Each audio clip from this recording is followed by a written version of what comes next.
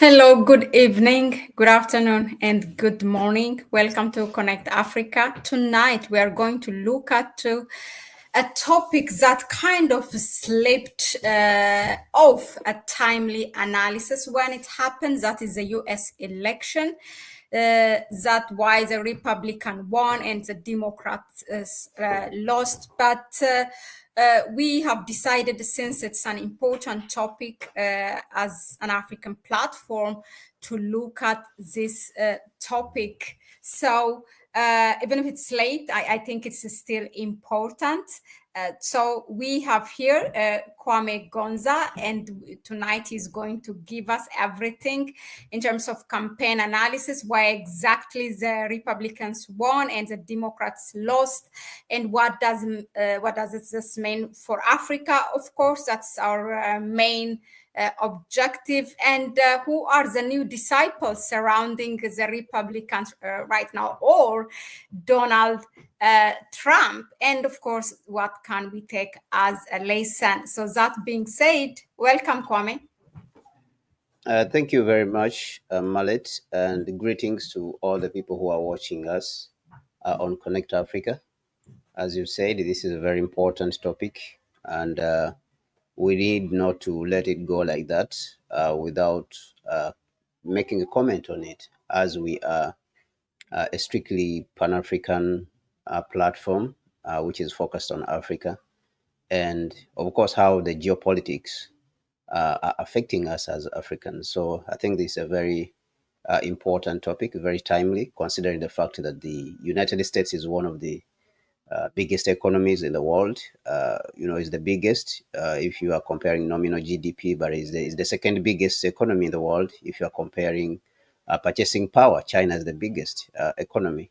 So these two countries, I think we always have to pay attention to what is happening in them because it will definitely affect us, whatever happens there. So thank you very much for having me this evening or morning and afternoon, depending on where our viewers are. Thank you so much. All right, Kwame. So without further ado, let's just go to the questions. In your view, what was the campaign looked like? Like, did it look like that anyway the Republicans going to win? Was it something that found us in a surprise? What was it in your view? Yeah, thank you very much for this question. I think it is important to note that campaigns in the United States, presidential campaigns or political campaigns in the United States, are quite different from what happens in our countries, the African countries, even though to a large extent, many of the African countries have attempted to copy what the West does and what the United States is doing in many cases. And you have seen this in situations where African countries have attempted to say they are having debates about the economy, about the country's presidency, and all Very these true. uh, yes, and And these even issues. going at each other, like people were arguing it as if this was something of our own. And I even wonder in some of the countries that such discussions or debates happen for our own election. Anyway, go on. Yeah, yeah. So they've attempted to copy everything that the United States is doing, but we are at very different stages of development. That is number one. Number two, how the United States attained its development is very different from our countries. So I think that it is very erroneous for us to continue to copy what the United States is doing.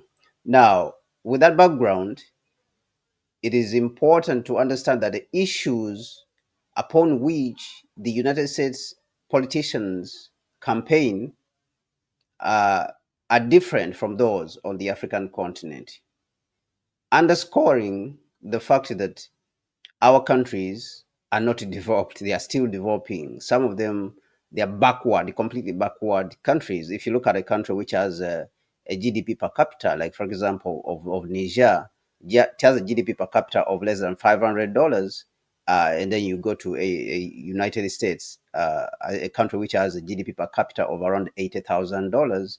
So you can see that this is nothing. $500 compared to, $80,000 is completely nothing. It's almost negligible. It's almost like these people are not existent who are living on $1 a day. So you can see that the issues that you're going to campaign on in a country like the United States, where almost infrastructure, the backbone of the infrastructure has all been laid, communication, trains, railways, everyone almost has a car in the country. So the transportation, communication, food, all these have been solved. And so the energy, all right, energy problem has been solved. So you can see that we have very different issues when you come to the African continent, where we have about 600 million people. They do not have access to electricity. And if you talk of even where load shedding is happening, so you may find that almost on the African continent, up to 1 billion people don't have access to electricity. So you find that in our case, the campaigns will be mostly about tangible issues, infrastructure, the building of infrastructure, and providing the backbone of what people should use to carry out economic activity. Now, in the United States, what is happening is that the campaigns are held mostly on feelings and sentiments, because most of these problems in their economy or in their country have been solved. The people have been given the tools to carry out economic activity. Like entrepreneurs have been given communication, transportation, energy. They have access to energy. So the backbone for transforming this economy, the economy had already been transformed, has already been transformed. So what they're faced with is basically managing what was built maybe around the 50 or 100 years ago, managing what was built, and maybe making improvements, and focusing on discovery of new technologies, and even pushing those technologies to new frontiers. So now, normally, their economy is faced with mismanagement. Basically, that is what happens there. So if there's anything that may face the economy, it is basically mismanagement. Now, what we are facing, or what we are seeing that happened in this particular election, which is just completed, Donald Trump came out on top because he emphasized on the fact of the economy. Even though I've said that the United States has solved most of the problems, but there has been some sort of mismanagement, not just a sort of, but there has been a major mismanagement of the United States economy in the past, by the past administrations. And this is what has led to the United States debt to skyrocket, to the point that up to, from, I think it is around $35 trillion. So it is more than 100%. So, which has become very scary. So he emphasized this. Now, this debt comes with inflation. Okay. It comes with a lot of inflation. The fact that the country has to print a lot of money. If you look at a period like, for example, the COVID period, the United States printed a lot of money, printed, I think, up to $6 trillion. Okay. And they dump all this money, all this currency into the economy. So you can see that the inflation was an issue, even though the country where it is currently, traditionally, it is supposed, people are supposed to be campaigning on sentiments, and appealing to feelings, people's feelings. Like if you look at what the strategy which the Democratic Party, led by Kamala Harris and Joe Biden, focused on, the strategy which they focused on was what people called identity politics. Yet people were feeling, so traditionally, this is what it's supposed to be. This is what it's supposed to be, because they have solved most of the problems, all right, in their economy, in their country. This is what it should be, appealing to sentiments. But once in a while, they're supposed to read the mood of the situation, the mood of the country, to see that, okay, if inflation then is high, and people are feeling in a certain way about the economy, then we are supposed then to focus on the economy. And so this is what we see that Donald Trump concentrated on most of his time. So the Democrats under Kamala Harris, in some sort of way misread the situation. And of course, there is other issues which which we are going to speak about, the reasons why she lost and why Donald Trump, won. But basically, this is the background upon which the campaigns were held and the issues which were, addressed. If I can put them in summary, in a brief summary.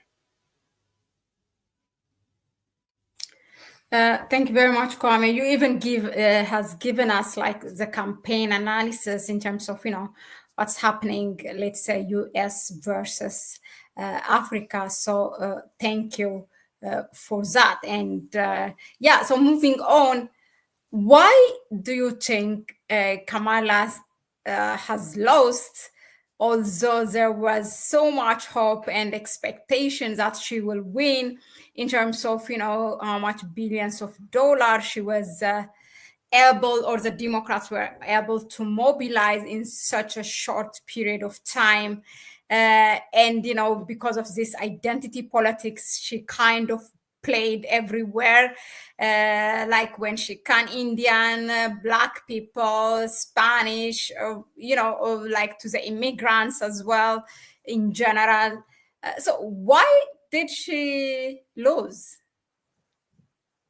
Of Yeah, course, so you. I think, yes, thank you. So I think this is a question which many people have attempted to answer, and of course, if you go, uh, and look at YouTube, this topic is not one that has been abandoned. A lot of people have commented about it. Numerous videos have been published on the reason why Kamala Harris has, lost. That she lost the election. Myself, I published an article on this, and there's an article actually which is upcoming that I'm going to publish on what this. I've published an article on why she lost and why Trump won, and I published what it means for the African continent. And this can be found on Kemet Media Network. You can go in there, kemetmedianetwork.com. That's a platform where people can go and read some of the Pan-African stuff, because this is a platform which belongs to the African Continental Unity Party, and basically publishes news about the African continent, analysis about the African continent, things that are beneficial to the African people. So I published there, and I'm about to publish what Trump's effect would be, what is likely to be the effect of Trump's victory on both the United States, the Democratic Party, the United States, and also the world. Where is it going to go? You know, because of this particular victory, and of course we contextualize this even within the geopolitical landscape, with geopolitical events, things that are happening across the world. So that article is about to be published. I've already finished writing it, and I'm about to publish it, and we'll come to that. So the reason why she lost, I think, is a couple of issues which have already been mentioned. Of course, some people have even said, have gone as far as saying that it is because of racism and sexism. This is what has been justified. But I think that to say sexism and because of racism and sexism, I think is a misreading of the situation. And this has been mostly peddled by the Democratic Party, people within the Democratic Party or the supporters of the Democratic Party. They are the ones who have been saying that she lost because of sexism and racism. That people did not want a president woman, a woman president. But if you say that people did not want a president, a woman president, recently, actually, Bill Clinton said that when they asked him, because he's promoting a book, Bill Clinton is going around promoting, his book right now, which has just released. They asked him whether America is ready for a woman president, and he said that the United States is ready. It's just that that woman president is likely to come from the Republican Party. You see, so because Britain's first female prime minister also came from the Conservatives, which was the Conservative Party in Britain. So that's the answer which he gave. So So this, he I gave believe, that on a serious note, or he was like jokingly, he no, he himself. was like on a serious note. He was on a serious note. And so what this points to actually is that it is far different issues. That this allegation that it is because of because she was a woman is not true, is not the reason why she lost. Now the other issue is the card, the racism card that is being played out there. And of course this is the basis of identity politics. This is the Democratic Party, and this is why many are saying that it lost. One of the reasons, one of the big reasons that it lost is because of identity politics, right? So you can see that even after losing, they have failed to identify the problem. They are still sticking to this position. So now when you come to racism, and you speak about, racism, that she was not elected because she's white. I mean because she's black. Sorry, she was not elected because she's black. Then Barack Obama was elected. He was black. So then this, negates even that argument that it is racism. Okay, it obliterates that. Now, what does this leave us with? What this leaves us with is the strategy, is examination of the strategy which the Democratic Party itself employed when it was going to the elections. Of course, it had problems with President Joe Biden, with the fact that his mental faculties have deteriorated because of age and all these problems. The fact that it is the fact that the Democratic Party did not know how to approach this situation, this challenge which came on board before it. They did not know how to deal with it. All right. And so they allowed, the vice president, who's Kamala Harris, to take his place. But even with these, what was employed was undemocratic means. The fact that she was not, elected on by the delegates, but the Democratic Party's delegates. They didn't hold a delegates conference whereby they should have elected her. So I believe that this is one of the problems, that people saw it. Those ones who were voting, the voters saw it as, and some sort of illegitimate. They saw it as a coup. Other people were even sympathetic to, they were sympathetic to Joe Biden. The fact that people perceived it as a push out. They pushed out President Joe Biden. Okay, there is people who were sympathetic to President Joe Biden, and so they saw that people like Nancy Pelosi and Barack Obama pushed out President Joe Biden. So some people got angry, and this is something that no one absolutely is talking about as one of the reasons why, why Kamala Harris. I've not heard it anywhere, anyone saying like this, that there's a possibility that people, because they say that about 3 million voters who normally vote the Democratic Party stayed at home. All right, they never came to vote. Okay, so for me, this answers the question also, that some of the people were annoyed with how this process went through. They saw it as undemocratic, that President Joe Biden was removed in a way which was sort of like a coup d'etat.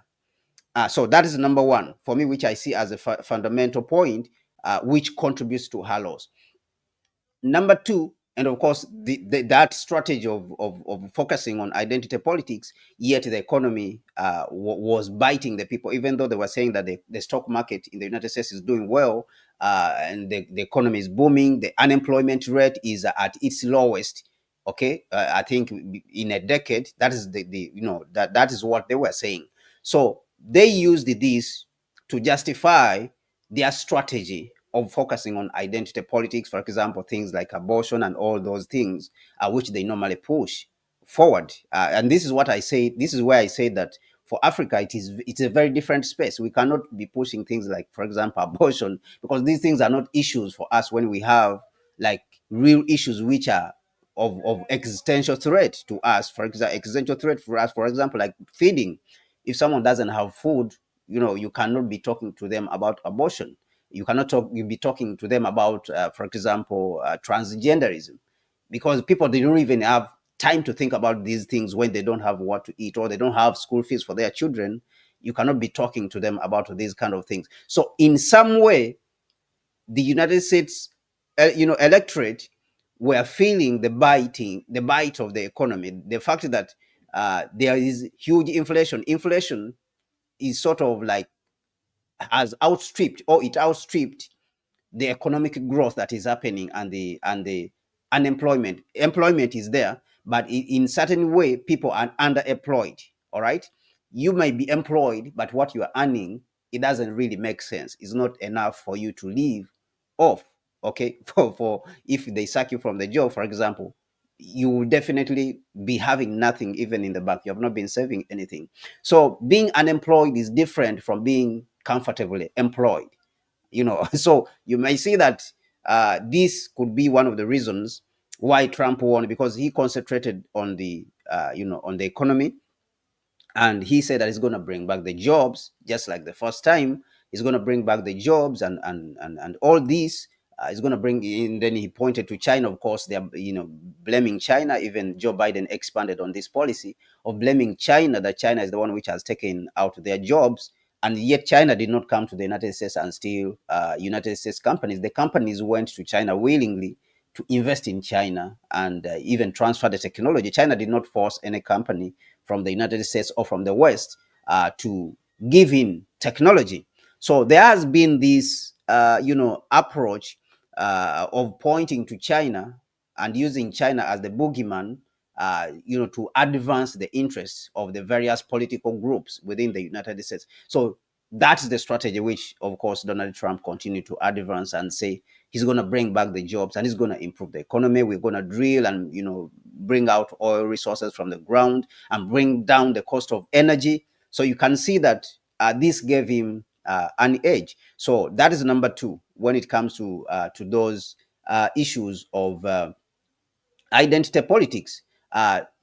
Then number three, what I see is that there is also an issue with Barack Obama's approach, for example, to the blacks, because Trump almost doubled his base within the black community, especially the male blacks.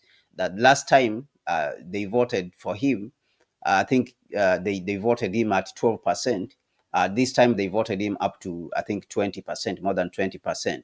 So you can see that they increased. And this could be from the way Barack Obama, for example, approached the black men sometime back when the elections were about to happen during the campaigns, that he came out and talked down on black men, and sort of like he was expressing his disappointment with the fact that the black men were supporting Trump in a certain way. But on the whole, of course, the black men, about almost 70%, voted for Kamala Harris. They gave her the votes, but the fact that he was seeing that some of them are supporting, Trump, he came to talk down on them, because the Democratic Party thinks that black people belong to it.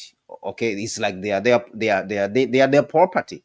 The black people are their property, so they are supposed to vote for them, in whatever way, at whatever the cost. They are supposed to vote for them, even though they are not doing anything for them. If you look at people like Barack Obama, he never, apart from giving false hope, he never did anything constructive for the black people in the United States. So there was that issue also. Now, there was also a fourth issue which I see that was very important, which is Kamala Harris herself, that she was a very incompetent candidate. Even when you look at her speech when she came to Africa, you remember when she came to Accra, that she gave a speech when she arrived in Accra at the airport, which was really doesn't make any sense. All right, it doesn't make any sense when you look at the speech which she gave when she arrived in Accra. So she's someone who does not know how to articulate, how to read the moment, and even articulate her ideas. And this is a weakness which she has. So you can be a good you can be a person who has ideas, but if you don't know how to put across those ideas, that can in itself become a problem, even though you have a lot of ideas. And then you can find, on the other hand, somebody who doesn't have a lot of ideas, but that person has maybe one or two ideas, but they are efficient in communication. They are very good communicator, and I think that is Donald Trump, because this actually puts across clearly the reason why one of the reasons why Trump won. Experts looked at Kamala Harris's economic plan for the United States, and they said that it is better than that of Trump. Okay, but she failed to articulate how it was better, to clearly communicate how our economic plan was better for the United States, was better than that of Trump. Apart from her saying that experts have looked at my economic plan and they have said that it is better. So how is it better? Now that is where the issues come in. Okay, this is where the issue comes in, that you are supposed to articulate clearly to the masses, to the electorate, so that they can understand how your economic plan is better than that of Donald Trump. Now, Donald Trump had only a few issues, but he knew how to capitalize on that, and he held a lot of campaigns. He held more talks and more he more meetings than Kamala Harris, and then he visited podcasts, a lot of podcasts where people like Joe Rogan, where he Yeah. appeared. Trump, and and the podcast racked up almost 46 to 47 million views before the elections. All right. And they say that Kamala Harris was invited and she did not go. So you can see that this is a huge setback for her. That she had a problem. She put off some interviews. She canceled some interviews because she had a problem in articulating. And actually, it was the Democratic Party which protected her from this kind of, engagement. They protected her from sort of, let me say, embarrassment, because she could not clearly articulate her ideas, or the ideas of the party which they were running on. So that is another issue. And you can say that maybe she's incompetent or whatever it is, but that is the issue, that she did not succeed at expressing her competence, to the electorate. So these electorate, then there's no way they could prove. And Trump is always out there talking and saying that he can do this, he can do that. But both candidates, of course, had weaknesses. If you look at it, even you look at their first presidential debate, you can see that both of them were had points, situations in which they were lying, outright. But of course, the media, because it's mostly controlled by Democrats, was always playing up for Kamala Harris, and they were trying to push Donald Trump, but Trump was, differentiating himself as somebody who's against the system, right? Who's against the system. So I think that these are the few points which I can talk of, about 4 points or 4 to 5 points which I can talk of. I think that the reason why she lost, but she had some really uh, good advantages. One, she had money, which you have already spoken about, that she raised more than $1.2 billion. This money, in addition to it is part of what Joe Biden left, which he had raised. She had a lot of money. Two, she was very young. She's younger than Donald Trump, so she had a younger face. So she had a chance to appeal to the younger voters, but she did not succeed at this. And this is one of the reasons why I thought actually that she would do very well, because she's not ugly. She's not an ugly person, so she's younger. So this in itself is an advantage. So I thought that she would do better actually, and I thought that she had a chance of winning of maybe around 40%, even though my cards were on Trump. But I thought that she had a chance of around maybe 40 to 45 of winning, even though my cards were on Trump. So she had some advantages, and she had experience, politicians on her side, a lot of advice. So I think that the fact that her party is still in power, so she had all these advantages. But I think that the advantages were not used very well, or they were not used maximally. Thank you, Kwame, for that. I think you have brought excellent ideas or factors that have, contributed to her loss. One thing that I would have added on top of this, since I was um, closely following that series of podcasts, is that, let me just hang it there and go back to the chat section. First of all, thank you very much for all, for being here. Anton Dalema, Marlene Dallas, who I miss, OMG, it's Oats. Okay, thank you all for being here and for your contribution. Please, I want to remind you, and those who I don't see your names, but still, that you are with us. I put up on the YouTube a goal of raising fund. No, like these super chats, I wouldn't call it a fund, but like 10 of them, starting from $2, you can contribute. So if we reach 10 of them with those super chats, then myself and Kwame will have we'll take a question from you, and we'll answer them at the end of this session. So please go ahead and support that. And I have put also the website of the African Continental Unity Party, the articles that Kwame was talking about on Kemet Media, so you can see them as well on the chat section. Now, coming back to the one factor that has added really for me that stood out for her loss is that those of you who have been following Candace Owens, a series of podcasts that she did on her genealogy, like, tracing her family, because she was playing these two cards, being an Indian and then a black person. So she was spot on. I mean, we all know Candace supports, I mean, officially Trump, and I really didn't come across more like programs really telling us why people has to elect or has to give their vote to Trump. But she did this series of podcasts, tracing on her genealogy, and that was it was like hundreds of thousands of people watching live, and most of them saying that okay, like they have changed their mind. That was a spot on. And in fact, after that, in the middle, you see Kamala Harris stopped saying that she has a black family, and in one of the podcasts she say in interviews, she says she's black by family, by community. Yeah, that was her word, by community. And so yeah, it was an interesting Yeah, yeah. one So, for. there were issues there of identity, because in the past, even she has said outright that she's not going to sit there and say that she's going to do anything for black people. No, she said it clearly in a statement that she's not going to sit there and say that she's going to do anything that is strictly for black people. So this statement in itself rubbed, not well with black people. So add to that in the past she has not identified as a black person, which of course Donald Trump even capitalized on. But of course people try to rebuke Trump. Okay, the media, the mainstream media in the United States, which is mostly controlled by the liberals, tried to rebuke Trump because Trump, said this, but it was a fact. That is what herself she said.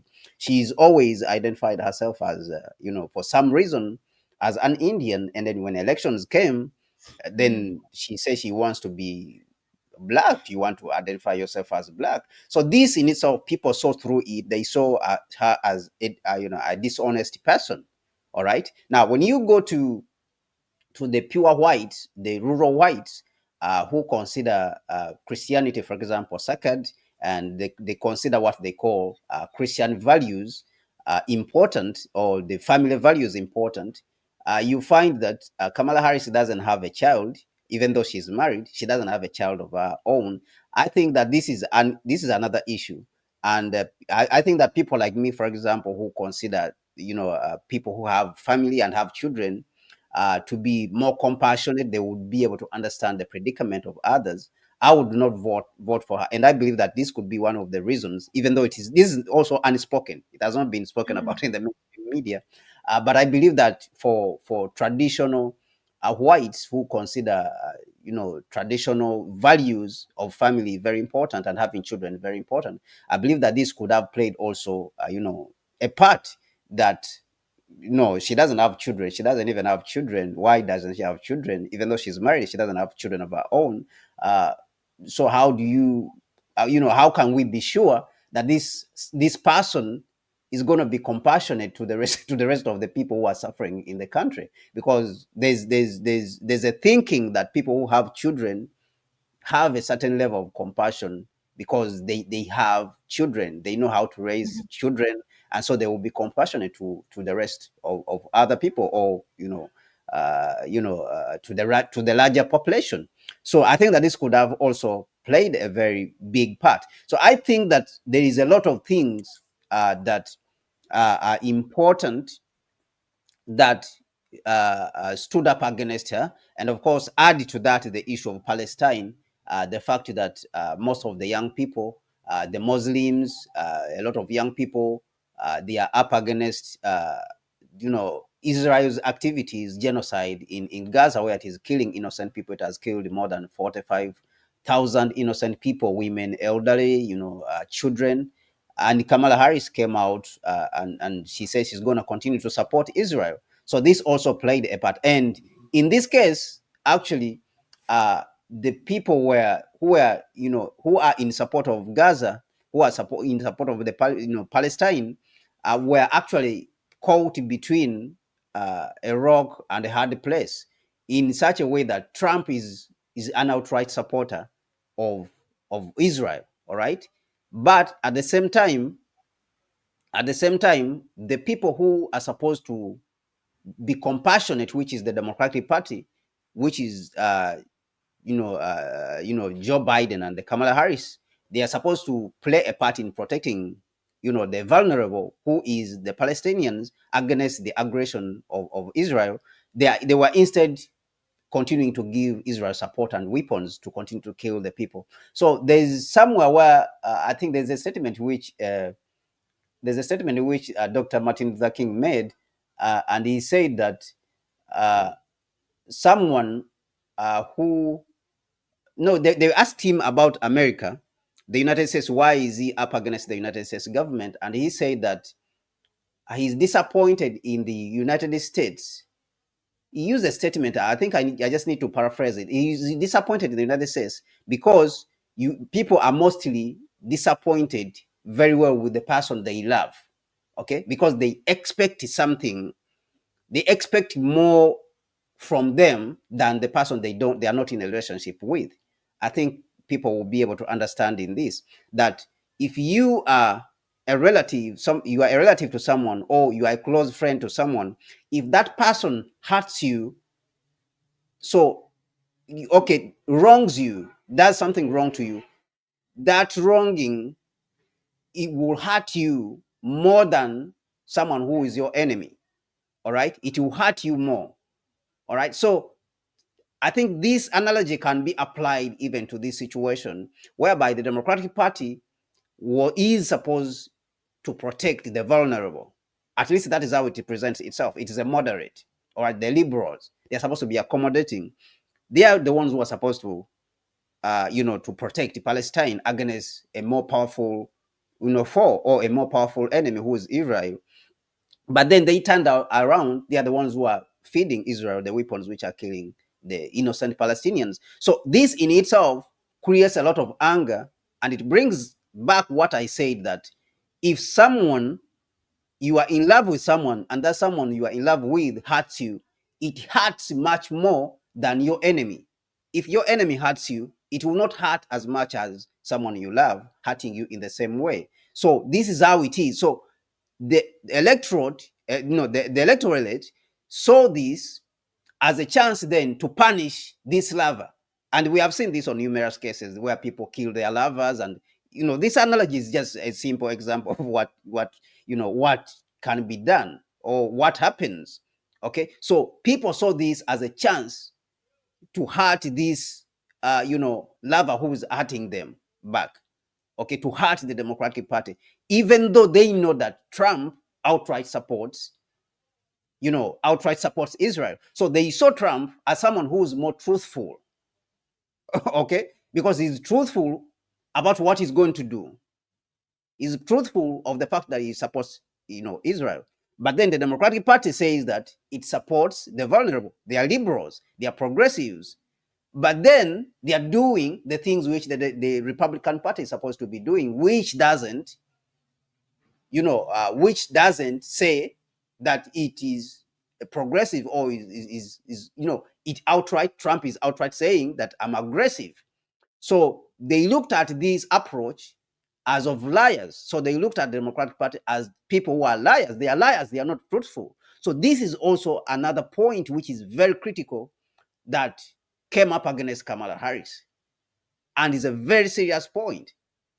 And this led to Arabs in the United States, or Muslims in the United States, to vote Donald Trump instead of Kamala Harris. So you can see what happened. So it was a very difficult situation for them, even for them, those who support Palestine. It was a very difficult situation for them, but they felt that because the Democratic Party has not done anything for Palestine, but instead has given Israel weapons, they said they should punish it, just to punish it. So you can see that was a very critical point in itself. All right, then let's move on because this is like there's a lot of intersection point while we analyze her loss.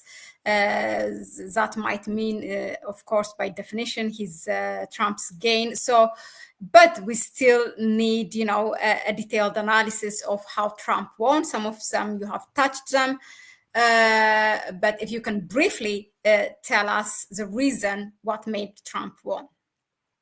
Yeah, so of course, in one way or the other, you could have, that the what was the disadvantage in the case of Kamala was what was an advantage for Trump. But there is points which are strictly Trumpish, all right, in which he played his part in his victory. And one of those is the fact that Trump was able to connect, even though the youth were traditionally supposed to connect with Kamala Harris, who's a younger person, all right, who looks younger. Trump succeeded instead. Kamala failed to connect with them, and Trump succeeded in connecting with the youth. All right, this is another point. And you saw him on podcasts and stuff like that, things where the youth are. He went there to speak on those platforms where the youth are. Kamala Harris did not do that. So you can see that his ability, to read between the lines gave him an edge as Trump. So that is number one. His ability to communicate. He's a very good communicator, even though he may not be the smartest or the person who has the biggest, number of points.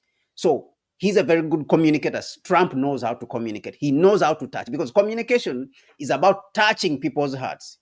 It's about touching where they expect you to touch. People they want you to touch within their spirit. Speak to what is paining them. And this is what Trump did. He succeeded at doing this. So Kamala Harris, while she came out as somebody who's fake, who's struggling and putting things together. Trump came out as somebody who's really speaking to issues that are paining the people. And he knows how to communicate. Traditionally, he's been in the mainstream for a very long time in the media. He has been having a program, which is called The Apprentice, and all these things that he traditionally knows how to handle the media. He knows how to communicate, and he's very aggressive. He's a very aggressive person. Okay, so he doesn't back down. So those are 2 points: the communication, the fact that he knows how to communicate, and the fact that he was able to communicate his message to the youth. He was able to connect with the youth. And number 3, which I can see here, the fact that people were sympathetic to him due to the fact that the Democratic Party were using the United States institutions like the judiciary to haunt Trump, to persecute Trump. That is another issue, that he came off as a victim. Trump came off as a victim, and he never backed down. He never backed down. So ever since the Democratic Party felt threatened when Joe Biden won, because Trump has been in court, up and down, up to now, that he's a felon, he's a convicted felon, on certain cases, even though they didn't throw him, into prison, because they knew that this would even, increase his popularity. But even with the fact that they were not able to throw him in prison, his popularity increased. People became sympathetic to him. And these are this is one of the other points that people have not spoken about why Trump won. This was a very critical point. This was a very critical issue.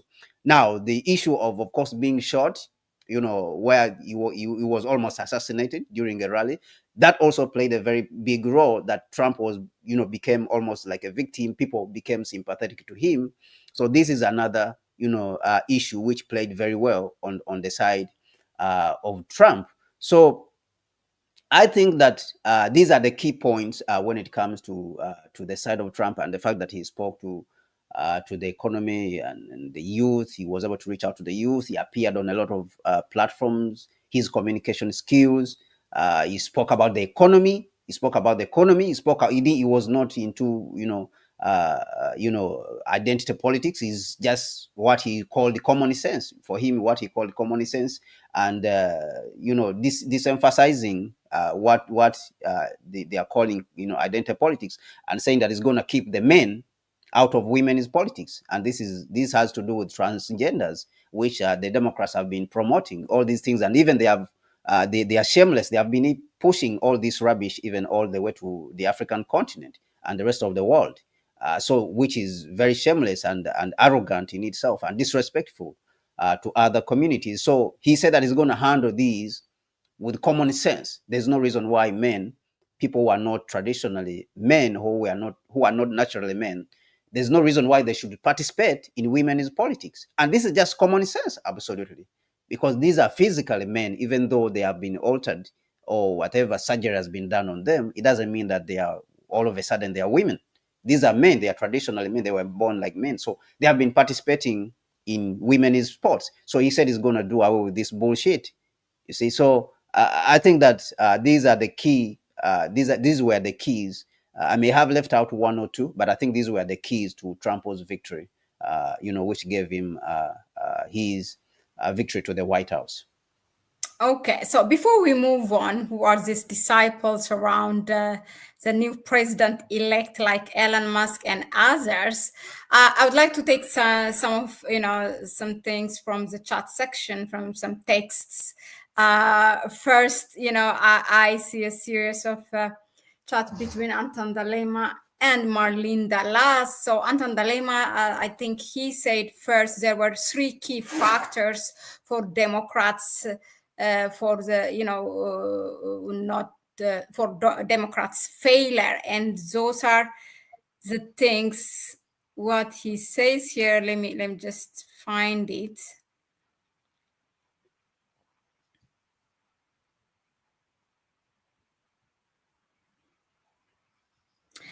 Okay. From cheating Bernie out of primary, Clinton elitism, and spectacular failure of Biden, thousands are realizing that Dems are just a bad joke. Okay.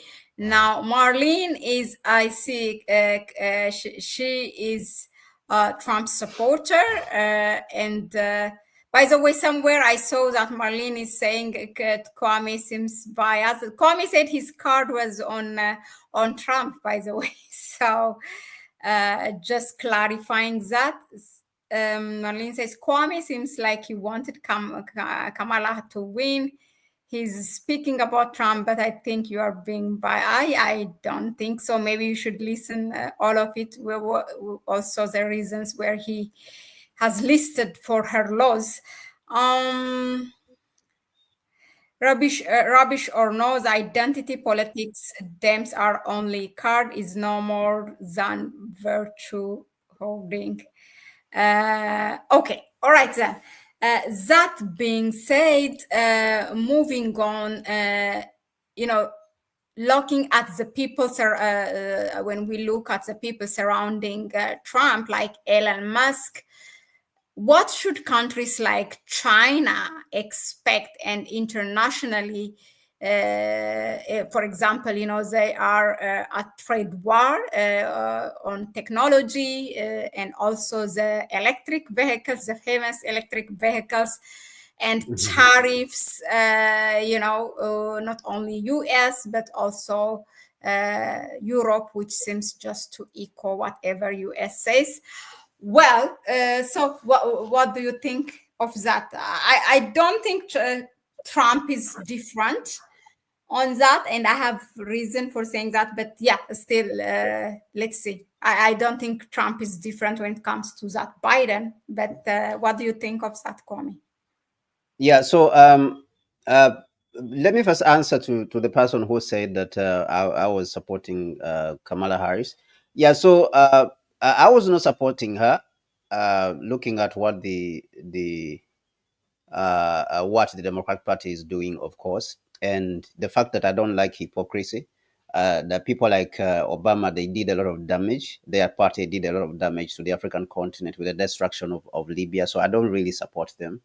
But at the same time, we have a very difficult situation here. The fact that I had my cards on Trump, it doesn't mean that I would have voted for Trump, basically.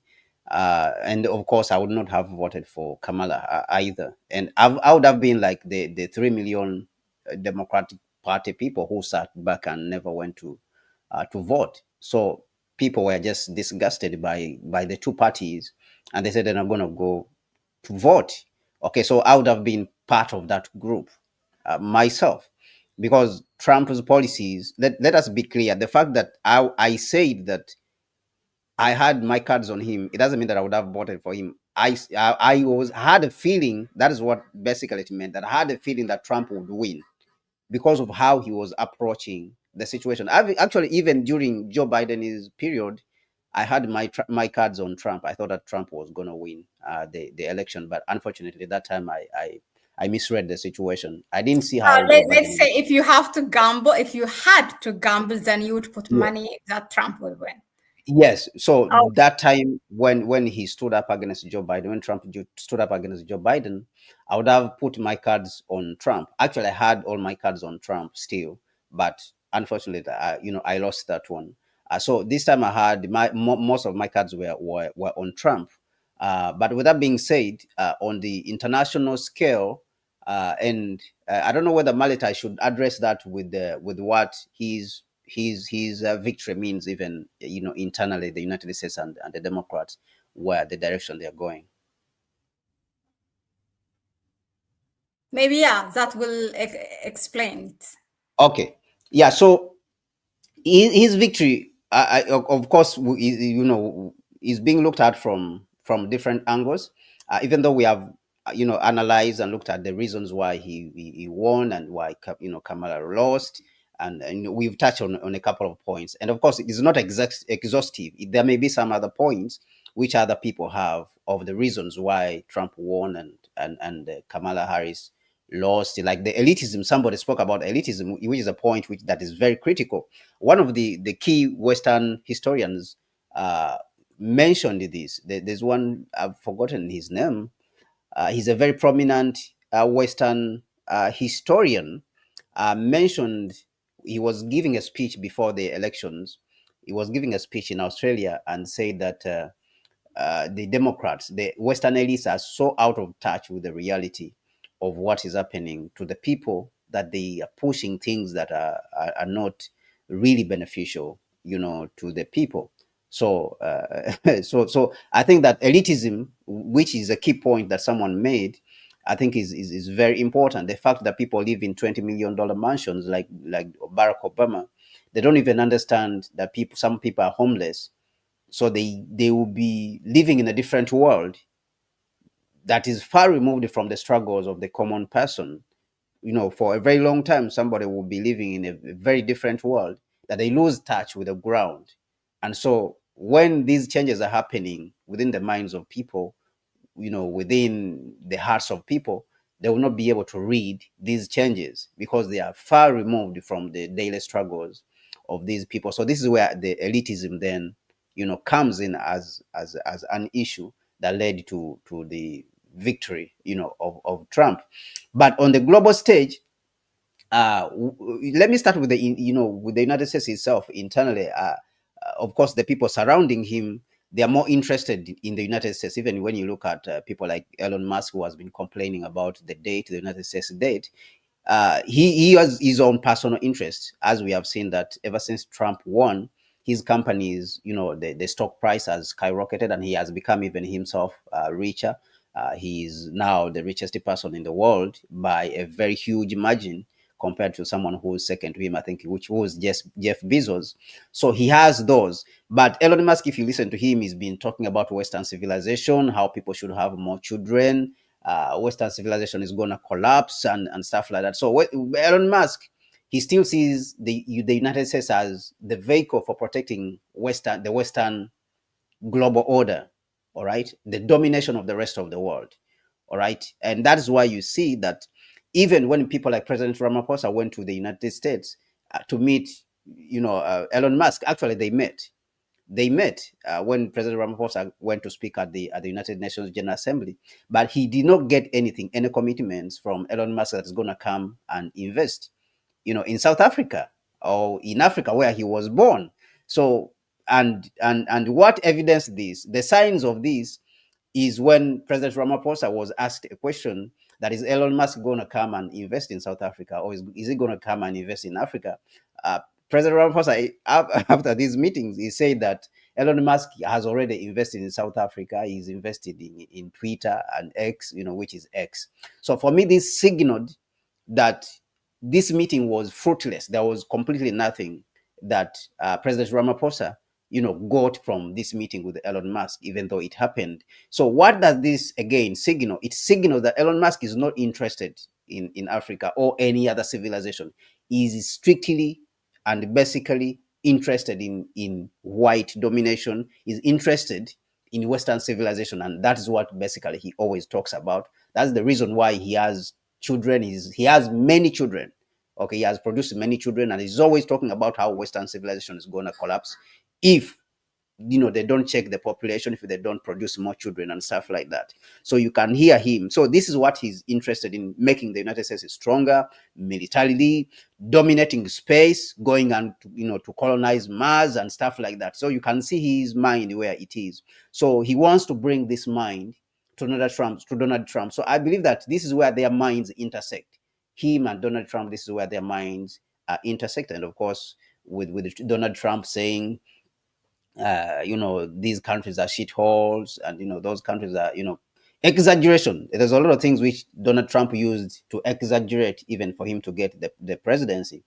Things like, for example, that people are flowing in the to the border, which is a key issue also, which was brought up. That a lot of immigrants are flowing in at the border. They are coming from the Democratic Republic of Congo. This man, that is what he said, that a lot of people are coming from the Democratic Republic of Congo and are coming from all over the world, and they are at the border. So these are the things which he used to get. So you can see that this is somebody, reflecting again on his statement that these were shithole countries. These are shithole countries. This is somebody who's interested in the Western world, is not interested in these countries. So this is where their interests intersect, him, Donald Trump, and the people surrounding him, who of course also fighting against China. But I believe that when it comes to China, I think that he may be moderate. He may be a little bit moderate, and he may check himself.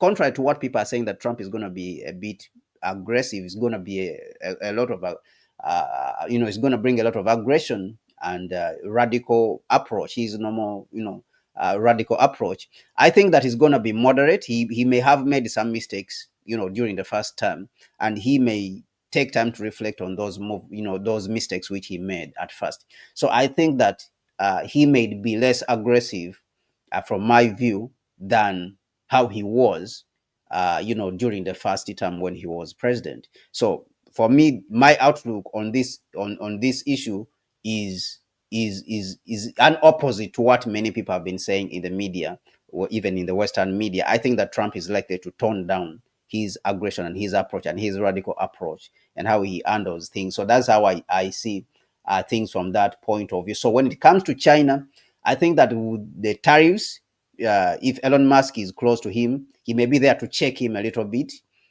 even to advise him and tell him to tone down a little bit, because it will hurt. It will hurt even Tesla itself, because it is very well invested within China. It has a big factory there, and it is trying to build a second factory where it is producing a lot of vehicles and selling into the Chinese market. So Elon Musk is likely to check him on this. And the fact that in the past Donald Trump has been denying the electric cars as a technology which is not necessary, which is being forced on the Americans. I believe that Elon Musk being close to him also may play a role in helping him to understand these technologies, how they are very important, and how the United States has to adopt to them, and very quickly, if it is not to stay, if it is not to fall back, if it is not to fall behind the rest of the world, and especially China, which has already adopted these technologies.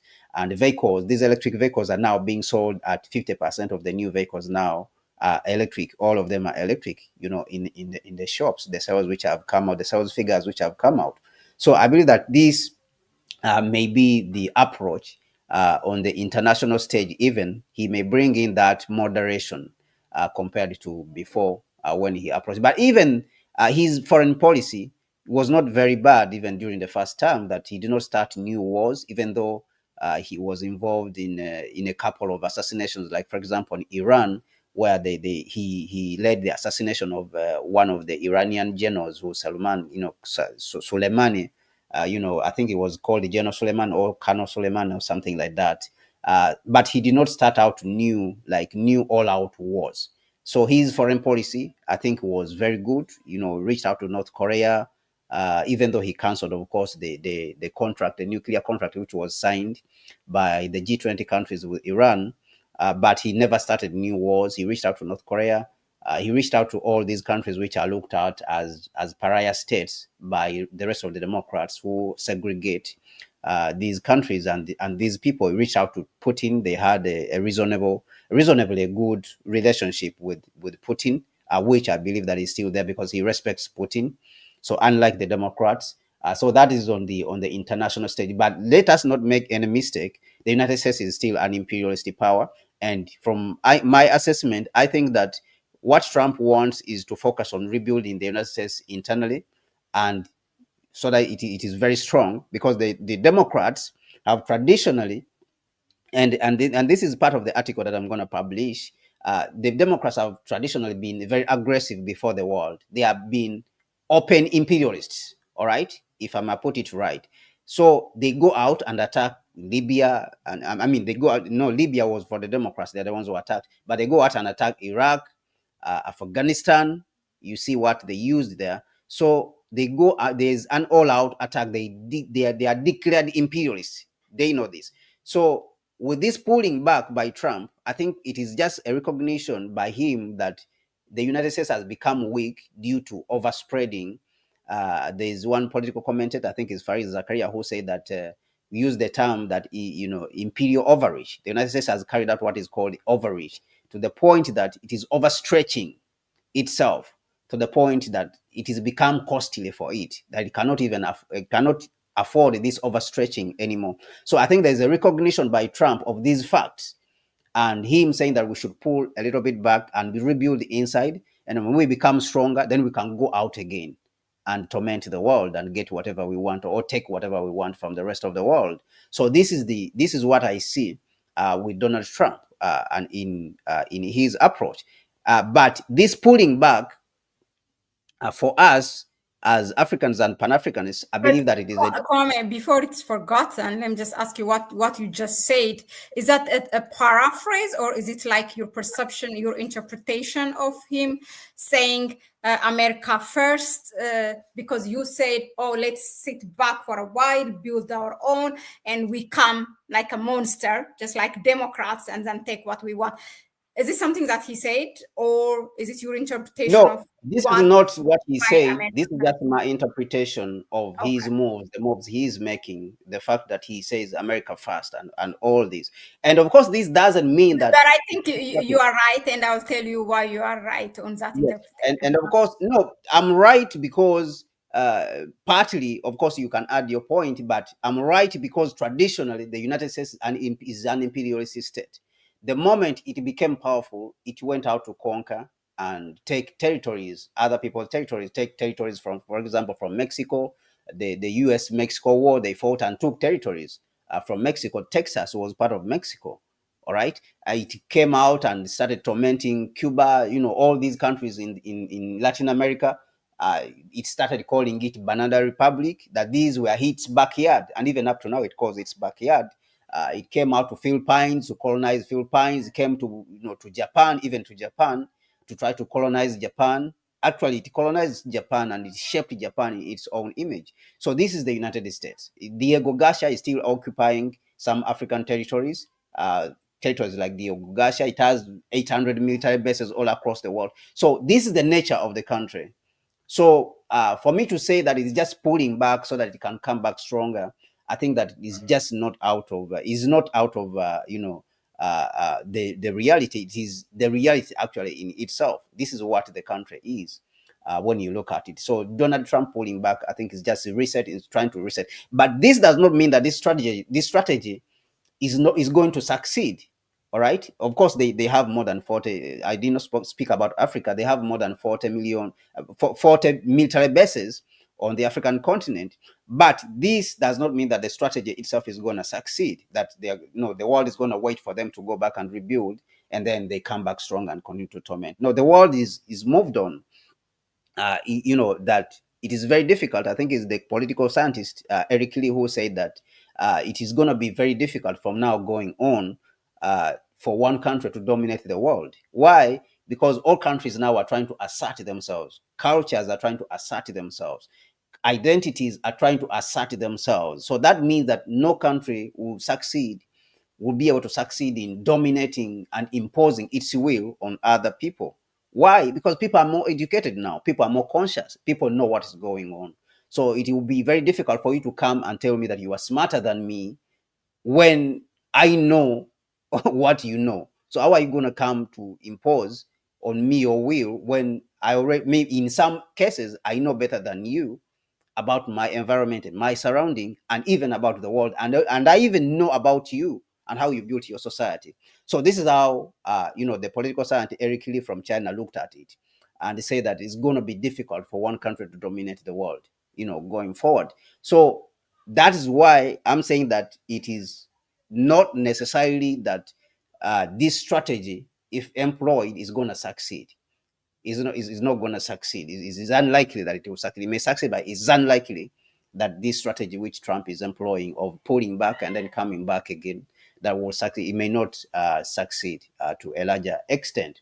Now, if I go to the United States within itself, what I see within the United States itself, within this global changing world order, the fact that people are rejecting the power of imperialism, they are rejecting imperialism. The United States and the Democratic Party in particular, having lost this election due to this identity politics, it may change its strategy. The Democratic Party may change its strategy within the United States and also come to focus on the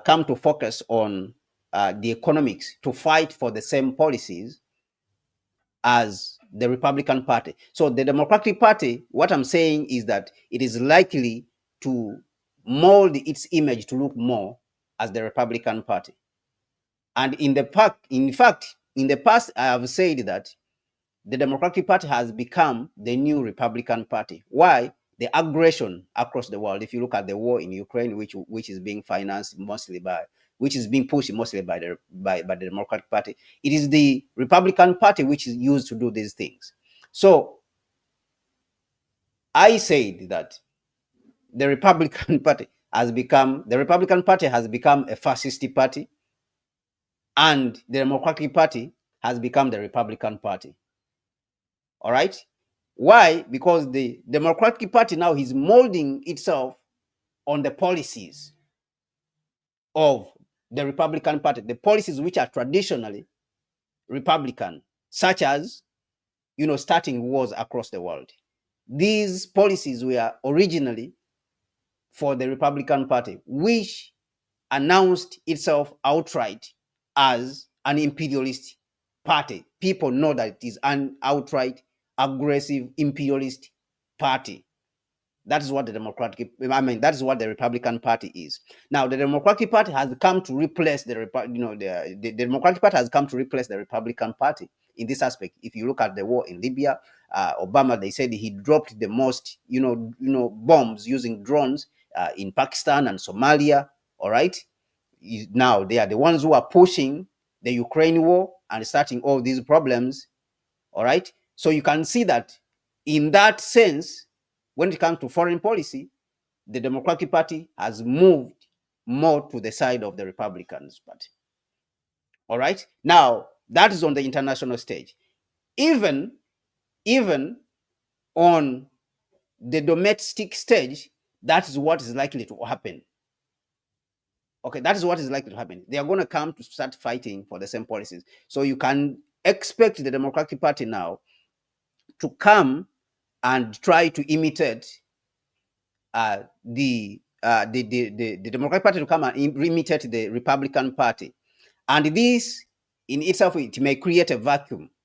It may create a vacuum within the supporters of the Democratic Party. And I think that is where people like Bernie Sanders, people who look like Bernie Sanders, will get a chance to start another movement which will break up the Democratic Party. And of course, this has started happening. I saw, a video which was going around that Bernie Sanders published a letter in which he was complaining about the direction which the Democratic Party is taking.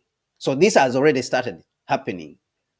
Okay, that the Democratic Party feels like, in a certain way, it is fracturing, it is breaking up inside.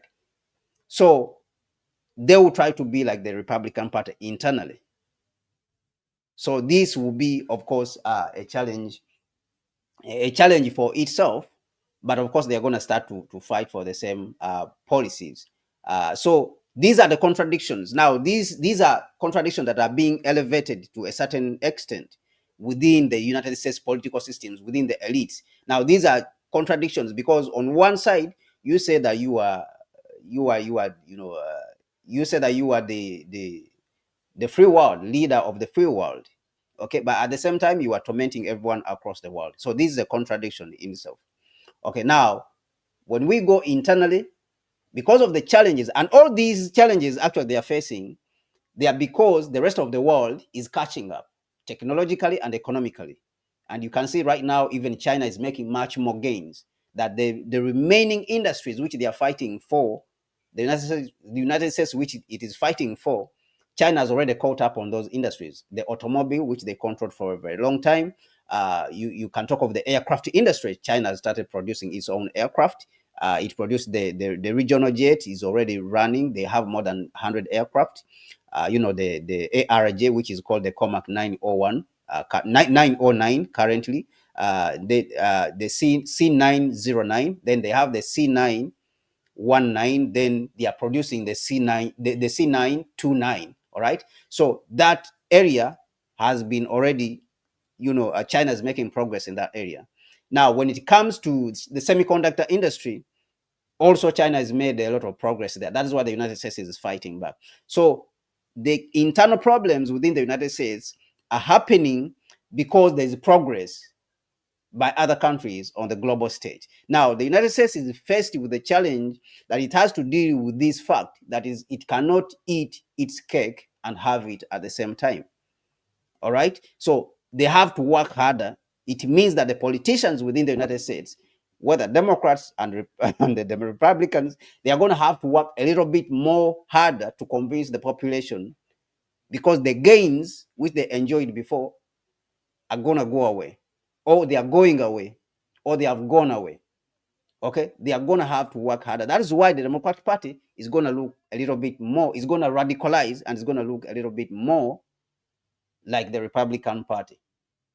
So that's going to be a huge challenge for them internally, and of course that is in part influenced by what is happening on the global stage, that many countries are making progress economically and also technologically. So it is not going to be business as usual for United States politicians who are used to, like Pelosi, who are used to do insider trading, on Wall Street and stock exchange. There's going to be a lot of work that has to be done internally as a part. And this is an article that I'm going to publish for people out there to read through. But what does this mean for the African continent, of course? So what this means for us as yeah, before you move on to answer without me asking you.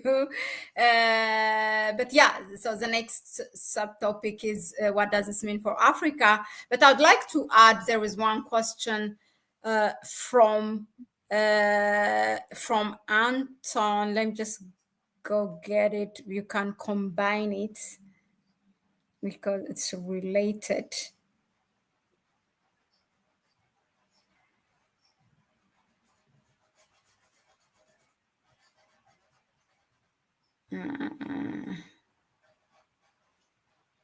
Yeah, so I think, if I'm not mistaken, he was asking, yeah, how Pan-Africans see what a second Trump administration mean for Africa, after seeing already what the first one looked like.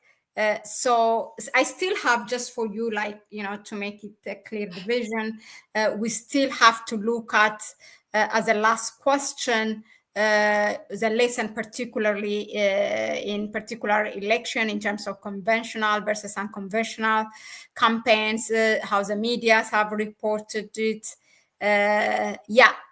But this one, what does this mean for Africa? And then for Pan-Africanists, how do they view it?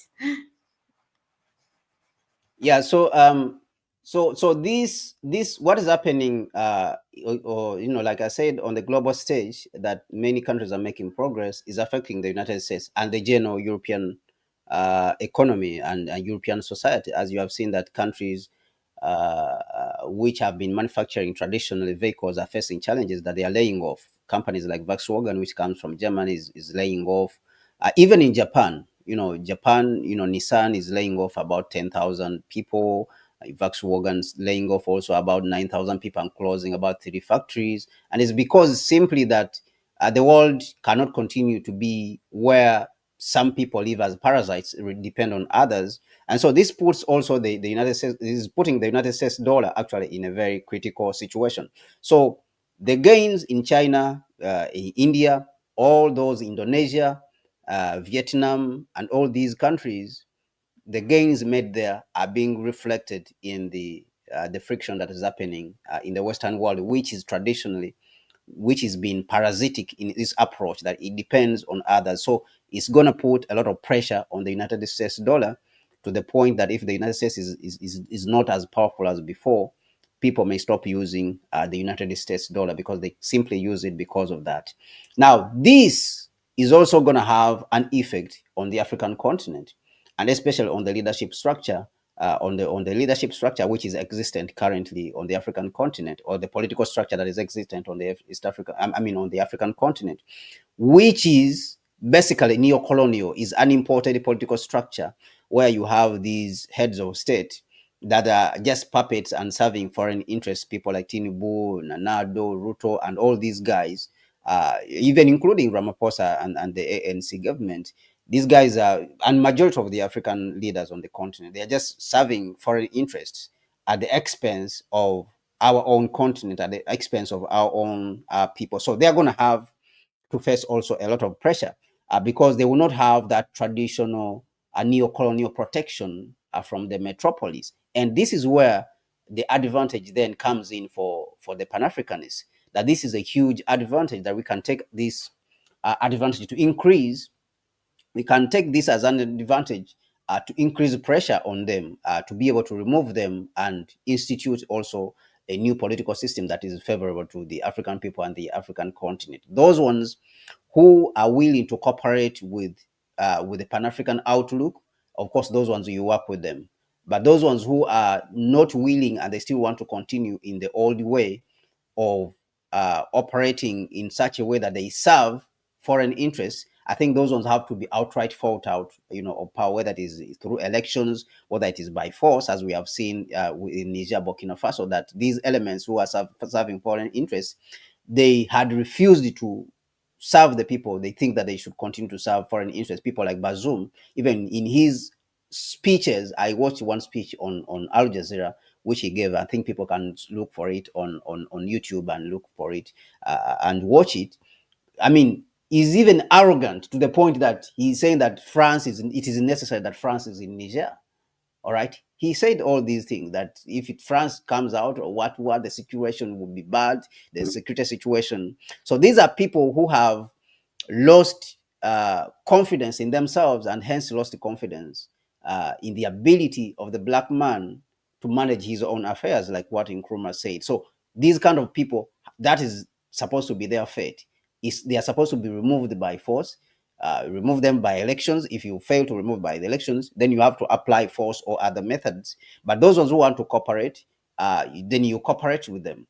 But the ultimate goal in this case has to be the unification of the African continent, and rebuilding it urgently in a way that infrastructure has to be integrated, which is disintegrated currently. Markets have to be integrated, transport network has to be integrated, communication has to be integrated, energy systems have to be integrated. Okay, and it has to be done rapidly. And why am I saying this? I'm saying this based on the report which has been published by the Africa Development Bank, the Africa 2020 2024 Africa Economic Outlook by the African Development Bank, which it stated that Africa is going to take another 180 years if things continue to operate the way they are operating now, because the current system is not good for the African continent. That is basically what the report is saying, that the current pace is not good. Things have to be changed. Actually, it said that things have to radically change. Okay, the word radical basically means revolution. There's supposed to be a revolution if Africa is going to develop before that period to catch up with the rest of the world. So we need another full 100 years if we are going to operate with these current people who are there. So now, how do you remove them, these people? You cannot remove them with conventional means if you need radical change. Okay, and this is what the report is saying. So with that being said, I think that it is a good opportunity for Pan-Africanists to increase the pressure when the United States is distracted, because traditionally, all these liberations within the African world have happened when these Western countries have been distracted, and that is where there has been an opportunity to put pressure on their structure, whether it is colonialism during whether it's slavery. During slavery in 1791, the slaves in Haiti or San Domingo during that period, they saw that France and Britain were fighting against each other for economic supremacy, and they were engaging in battles, in the Atlantic Ocean and all over the oceans.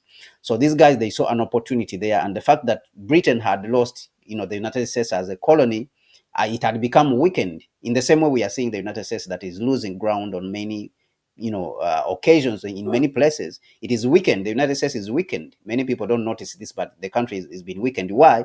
Because it has lost the economic war on many grounds. Its companies are bruised. They are pulling out of China. They have been devastated. They are collapsing, basically. So this is a wounded country. So this is an opportunity, a great opportunity. So it's similar to what happened in 1791, that the African slaves, saw it as an opportunity that Britain had been wounded. It had lost the United States as a colony, a powerful economy, where it was making a lot of profit, and started fighting with France. So it was distracted. So they saw an opportunity of defeating France, all right, which was fighting with Britain. They were fighting for supremacy during that period.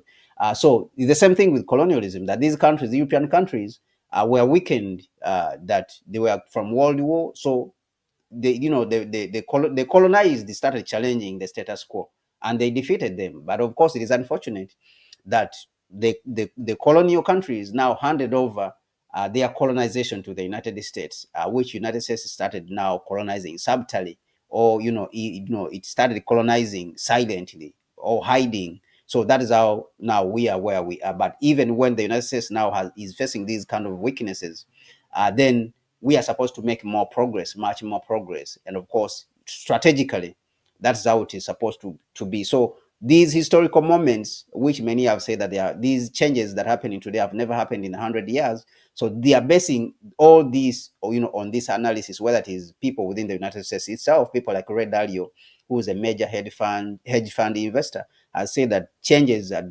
drastic changes are happening today. People like President Xi Jinping, President of China, President of the People's Republic of China, has also said that changes are happening which have never happened in 100 years. So it is very clear that it is time for Pan-Africanists, to take this situation seriously, to defeat the neo-colonial representatives, who are almost all the African heads of state on the African continent. Thank you very much. A related point to this one, do you think what's happening now in the world can we take it as a distraction, and in which Africans can take advantage of it, Pan-Africans, to remove Absolutely. these puppets? Absolutely. I think it's a distraction, because the heads of state, like I said, they are getting a lot of support. Many of them are getting a lot of support from these imperialistic countries, because these guys are allowing our resources to flow, to go over there, and then give lip service to the African people, talk about value addition and all these. People like Bazoum too used to talk about value addition of resources, when he's allowing all the resources to flow to France, and they flow to Europe, flow to Canada. All the uranium goes to Canada, United States, and goes to their stock exchanges, goes to Wall Street and stuff like that. He will talk about value addition. Africa needs to add value addition. So I think that somebody who's in power should not be speaking in that language that Africa should. Do it. You are already in power. That is where you are supposed to do it. Do it. We are doing it. Just tell us that Africa, we are adding value to our materials, because the reason for you being in power is for you to liberate your people economically, politically, and all these. So, but you have a situation where you find heads of state on the African continent, even ministers, saying Africa should do this. Africa should add value to its materials. Then why are you in power? If you are speaking in the same way like this common citizen who's in power. So this is the challenge that we have been facing. But when these countries are distracted and they have these problems, which they are dealing with, the internal problems which are elevated, and these contradictions internally, and they have less focus on us, then we have an opportunity to remove, these cowards who are occupying the African continent and serving foreign interests. Yeah, I think our heads of states are accustomed now their speech going viral on these YouTube channels, and they're just doing, lip service for the video to go around. But yeah, they need to be called out. Finally, so what are the lessons in particular when it comes to election, conventional versus unconventional campaigns, the media? Yeah. Yeah, so I think that there's a lot of lessons to learn from Trump, especially for us as Pan-Africanists. There's a lot of lessons. One is that the conventional structure can be defeated if you come with the right strategy. So that is clear, and on that, of course, because we need to implement it. I don't want to elaborate very much on on that strategy, but I think the lesson is very clear that the conventional political structure can be defeated. That is the clear lesson, in all this. So Pan-Africanists need to get to speed. They need to get to work. We need to get to work. I will not just say they. We need to get to work very quickly. And of course, we are already there. The African Continental Unity Party is already there. We are already working on the ground. And even with elections, the conventional political structure, or the political careers, like Donald Trump, I mean, like Nancy Pelosi and all these, Kamala Harris, and Obama, Joe Biden, they can be defeated. People who have made their career in politics can be defeated from somebody outside. Somebody just has to be strategic and and understand how to manipulate these tools, manipulate the media, and know how to speak to the people's needs. Because in most cases, these traditional politicians are out of touch with the reality. So that's what basically it shows. That in most cases, they are out of touch with the reality. They don't even understand the people. So we just need to identify the needs of the people, and then use the other tools very well. So I believe that this is a great lesson out of this. Thank you very much, Kwame. As usual, that was really an excellent analysis. And yeah, I would suggest anyone, even after this stream is over, to go and look at it, to watch it. There is a lot to learn, even if it seems that, okay, the election has passed, but we have to take this lesson. So please, that cannot happen if you do not share this video with others. So please, share the video with others. If you find it relevant, of course, also give it a like and subscribe to the channel. You can also support the African Continental Unity Party through their website. There's different types of donation, I think, which anyone can relate to. We have put Kwame, maybe when I speak you can put it again. But yeah, please go ahead and support the African Continental Unity Party, because this is one of the actions, so practical things that's going on, not just talking.